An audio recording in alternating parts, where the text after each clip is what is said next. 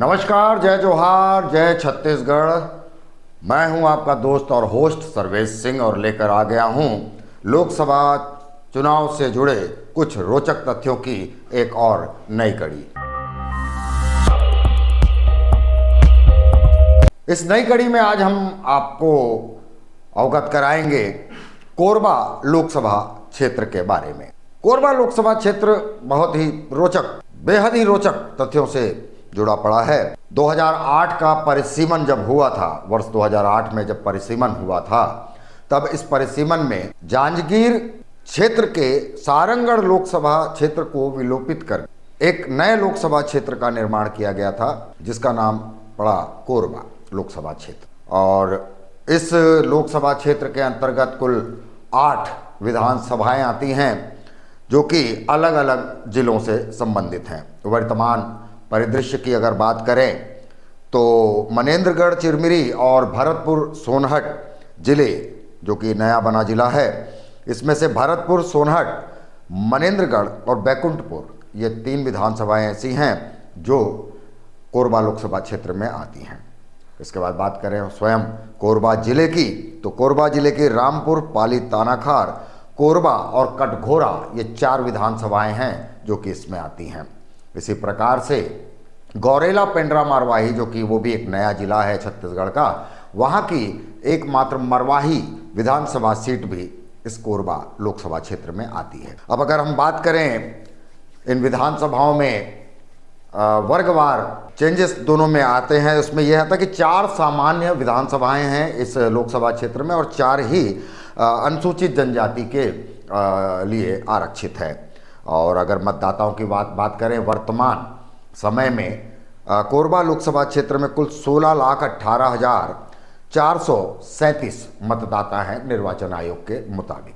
अब अगर कोरबा लोकसभा क्षेत्र के चुनाव, खासकर लोकसभा चुनाव के परिदृश्य की बात करें तो यहाँ पहला चुनाव हुआ था वर्ष 2009 में। 2008 से अस्तित्व में भले ये लोकसभा सीट आ गई थी, लेकिन 2009 के लोकसभा चुनावों में पहली बार यहाँ पर चुनाव होता है। और इस पहले चुनाव में बड़े ही कांटे की टक्कर होती, चूँकि पहला मुकाबला था, नई लोकसभा क्षेत्र थी। तो यहाँ पर कांग्रेस ने चरणदास महंत, जो कि एक कद्दावर नेता इस क्षेत्र के माने जाते हैं, उन्हें अपना प्रत्याशी बनाया था। वहीं भारतीय जनता पार्टी ने पूर्व प्रधानमंत्री स्वर्गीय अटल बिहारी वाजपेयी जी की भतीजी करुणा शुक्ला, जो कि वो भी एक कद्दावर नेत्री, भाजपा नेत्री के रूप में जानी जाती थी, इन्हें अपना प्रत्याशी बनाया था। बहुत ही भीषण टक्कर के बीच जब चुनाव परिणाम आया तो 2009 का प्रथम जो लोकसभा क्षेत्र के कोरबा लोकसभा क्षेत्र के मतदाताओं ने कांग्रेस पार्टी पर भरोसा जताया और कांग्रेस के चरणदास महंत को यहाँ से विजयश्री प्राप्त हुई। और इस हार जीत का जो मतदाताओं ने जो अपना हार और जीत का जो आंकड़ा प्रस्तुत किया था, वो था 20,737। जी हाँ, 20,737 वोटों से कांग्रेस के चरणदास महंत ने भारतीय जनता पार्टी की करुणा शुक्ला को मात दी थी। इसके बाद आता है वर्ष 2014 का चुनाव। वर्ष 2014 के चुनाव में कांग्रेस पार्टी ने जहां अपने जीते हुए प्रत्याशी, पिछले बार के 2009 के चुनाव के जीते हुए प्रत्याशी चरणदास महंत पर ही दांव खेला, तो इस बार भारतीय जनता पार्टी ने अपना प्रत्याशी बदल दिया और यहां पर उन्होंने एक बहुत ही सुलझे हुए नेता के रूप में डॉक्टर बंसीलाल महतो को चुनाव मैदान में उतारा। बड़ा ही रोचक मुकाबला हुआ इस बार भी और जीत और हार बिल्कुल नेक टू नेक फाइट के बराबर हुई। और अंत में लेकिन इस बार कोरबा लोकसभा क्षेत्र के मतदाताओं ने अपना जो मत दिया वो भारतीय जनता पार्टी के पक्ष में दिया। जी हाँ, भारतीय जनता पार्टी के बंसीलाल महतो ने पिछले बार के विजेता चरणदास महंत को लगभग 4,265 वोटों से इस बार चुनाव में मात दे दी और 2014 का चुनाव भारतीय जनता पार्टी के पक्ष में गया कोरबा लोकसभा क्षेत्र के लिए। अब आता है वर्ष 2019 का चुनाव। वर्ष 2019 के चुनाव में दोनों ही दलों ने भारतीय जनता पार्टी और भारतीय राष्ट्रीय कांग्रेस ने इस बार अपने अपने प्रत्याशियों को बदल दिया। एक हार और एक जीत के साथ जहां चरणदास महंत को बदला गया, लेकिन उनकी जगह उनकी ही धर्मपत्नी ज्योत्सना महंत को कोरबा लोकसभा सीट से 2019 में भारतीय राष्ट्रीय कांग्रेस ने अपना प्रत्याशी चुना। वहीं भारतीय जनता पार्टी ने भी ज्योति नंद दुबे को अपना प्रत्याशी बनाया। बड़ा ही रोचक मुकाबला हुआ 2019 का और अंतोगत्वा कांग्रेस की ज्योत्सना महंत ने ज्योति नंद दुबे की, जो कि भाजपा से थी, उन्हें 26,349 वोटों से 2019 का चुनाव हरा दिया और एक बार फिर से कोरबा लोकसभा सीट कांग्रेस के खाते में आ गई। यहाँ एक बड़ा ही रोचक तथ्य यह है कि अगर हम मत प्रतिशत की बात करें तो जैसे मतदाताओं का भी यहाँ पर संख्या बढ़ती गई। हर लोकसभा चुनाव के दौरान 5 साल का जो अंतर रहा, इन 5 सालों में मतदाताओं की संख्या भी बढ़ती रही। उसी क्रम में अगर आप देखें तो बड़ा ही रोचक एक तथ्य उभर के सामने आता है कि जो मतों का जो प्रतिशत था, मतों का प्रतिशत वो भी बढ़ते क्रम में ही रहा है, घटते क्रम में नहीं रहा है। जैसे उदाहरण के लिए 2009 में जहां कुल 58.41% मतदाताओं ने, जो कि 50% से काफ़ी ज़्यादा होता है, आधे से ज़्यादा मतदाताओं ने अपने मतों का प्रयोग किया था और भारतीय राष्ट्रीय कांग्रेस के प्रत्याशी ने जीत दर्ज की थी। वहीं अगर 2014 में हम आ जाएं तो 2014 के चुनाव में 73.95% मतदाताओं ने अपने मतों का प्रयोग किया था। मतलब सोचिए, 2009 का 58.41% से बिल्कुल मतों के प्रतिशत ने छलांग मारी सीधा 73.95% पर। और इस बार जो मतदाताओं ने अपना मत जिनको दिया वो थे भारतीय जनता पार्टी के। अब आ जाते हैं 2019 के चुनाव में, जो कि पिछला चुनाव था। 2019 के चुनाव में फिर से बढ़ोतरी होती है मतदान के प्रतिशत में और 75.35% मतदाता अपना मतों का प्रयोग करते हैं। अंतोगत्वा जीत हार का भी अंतर वही रहता है कि इस बार पुनः मतदाता कांग्रेस पार्टी के उम्मीदवार को अपने मतों से नवाजते। अब अगर हम थोड़ा सा इसमें पुरुष और महिलाओं के मतदाताओं के प्रतिशत की बात करें तो आप इसमें एक रोचक तथ्य ये भी देखेंगे कि जहां पुरुषों ने बढ़ चढ़ के मतदान में हिस्सा लिया तो वहीं महिला मतदाता भी कोरबा लोकसभा क्षेत्र की कभी पीछे नहीं रही हैं। अगर आंकड़ों पे गौर करें तो आंकड़ों के अनुसार 2009 में लगभग 60.62% पुरुषों ने अपने मतों का प्रयोग किया था, तो वहीं महिला मतदाताओं ने भी 56.05%, जो कि लगभग अगर तुलनात्मक दृष्टिकोण से देखा जाए तो आसपास ही है, इन्होंने अपने मत का प्रयोग किया था। अब आ जाते हैं 2014 के चुनाव में, तो जहां पुरुषों ने 74.69% पुरुषों ने मतदान किया था, तो वहीं स्त्रियों ने भी, महिला मतदाताओं ने भी 73.05% अपने मतों का मतदान किया था। मतलब यहाँ भी महिलाएं पुरुषों के कंधे से कंधा मिलाकर मतदान के लिए आगे आ रही थीं। अब आ जाते हैं हम 2019 के अंतिम चुनाव, जो अभी पिछले बार जो संपन्न हुआ है 2019 का चुनाव, तो इस बार पुरुष मतदाता 75.62% अपने मतों का प्रयोग करते हैं, तो महिला मतदाता भी 74.83%, मतलब समझ लीजिए बिल्कुल नेक टू नेक 75 के आसपास ही महिलाएं भी बाहर निकलती हैं अपने घरों से और अपने मत का प्रयोग करती हैं, मतदान करती हैं। और सबसे बड़ी बात ये हो जाती है कि अगर यहाँ पर ग्रामीण और शहरी क्षेत्र के हम मतदाताओं को अगर प्रतिशत के हिसाब से तुलनात्मक दृष्टिकोण से देखेंगे तो ग्रामीण मतदाता कोरबा लोकसभा क्षेत्र के जहां 68.3% हैं, वहीं शहरी क्षेत्र के जो मतदाता हैं उनका प्रतिशत है 31.7। और दोनों ही ग्रामीण और शहरी क्षेत्रों को अगर तुलनात्मक दृष्टिकोण से देखा जाए तो दोनों ही क्षेत्रों के मतदाता बढ़ चढ़ के बाहर निकल रहे हैं। वर्ष 2024 का जो चुनाव अभी 7 मई को संपन्न होने वाला है, इस बार 16,18,437 मतदाता लोकसभा क्षेत्र के अपने मतों का प्रयोग करेंगे।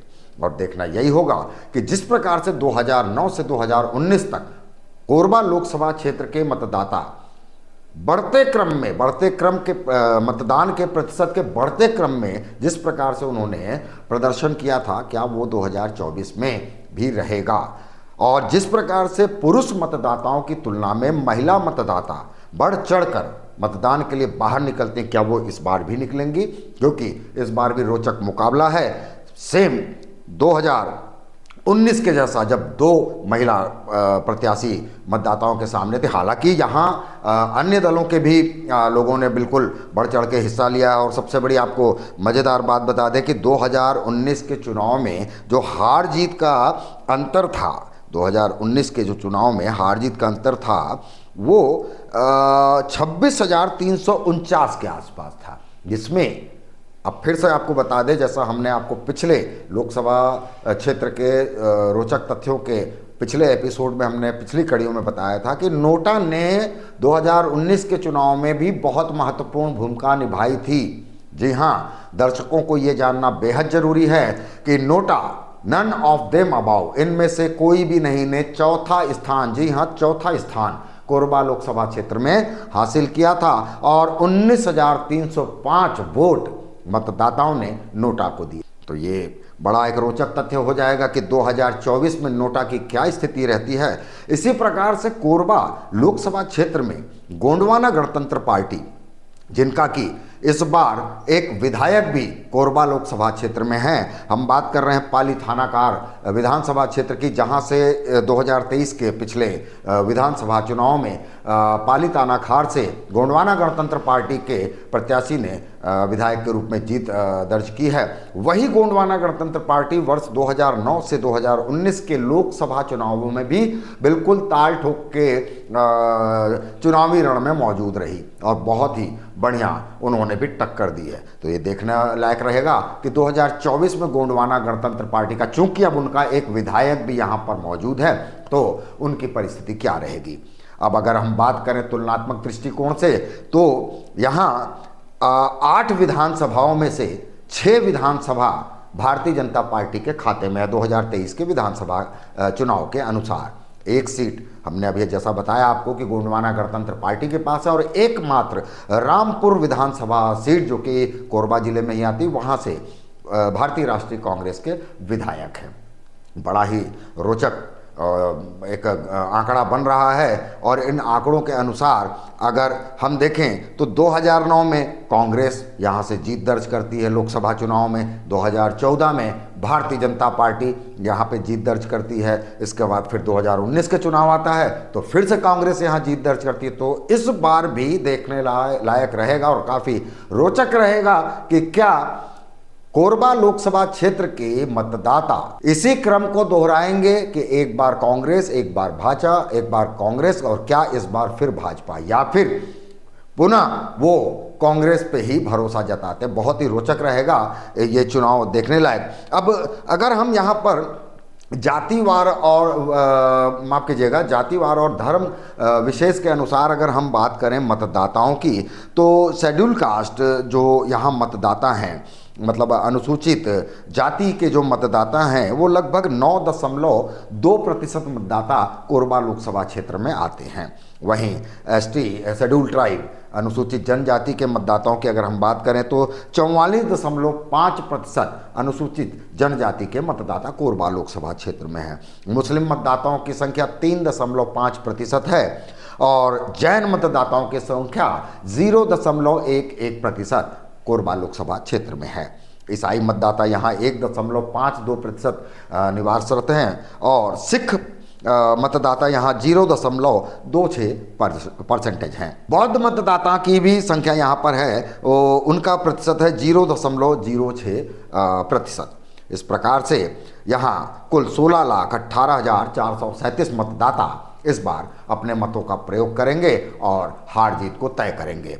बस रोचक यही रहेगा कि क्या मत प्रतिशत बढ़ता है, और चूंकि दो महिला जो मुख्य राजनीतिक दल हैं उनके जो प्रत्याशी हैं वो दोनों ही महिलाएं हैं। इन दोनों महिलाओं के बीच में एक तरफ कांग्रेस ने जहां महालक्ष्मी योजना इस बार के चुनाव में प्रस्तुत की है, तो वहीं भारतीय जनता पार्टी ने भी महतारी वंदन योजना जैसी एक बहुत ही महिलाओं को लाभ पहुंचाने वाली योजना विधानसभा चुनाव में, बीते विधानसभा चुनाव में लॉन्च की थी, जिसका लाभ महिलाएं उठा भी रही हैं। तो ये बड़ा रोचक रहेगा देखना कि क्या महिलाएं महतारी वंदन योजना से प्रभावित होती हैं क्योंकि उनको इसका लाभ मिल रहा है, या फिर वो कांग्रेस द्वारा प्रस्तुत की गई महालक्ष्मी योजना से प्रभावित होकर अपने मतों का प्रयोग करते हैं। तो लोकसभा चुनाव क्षेत्र के रोचक तथ्यों की इस कड़ी में फिलहाल इतना ही।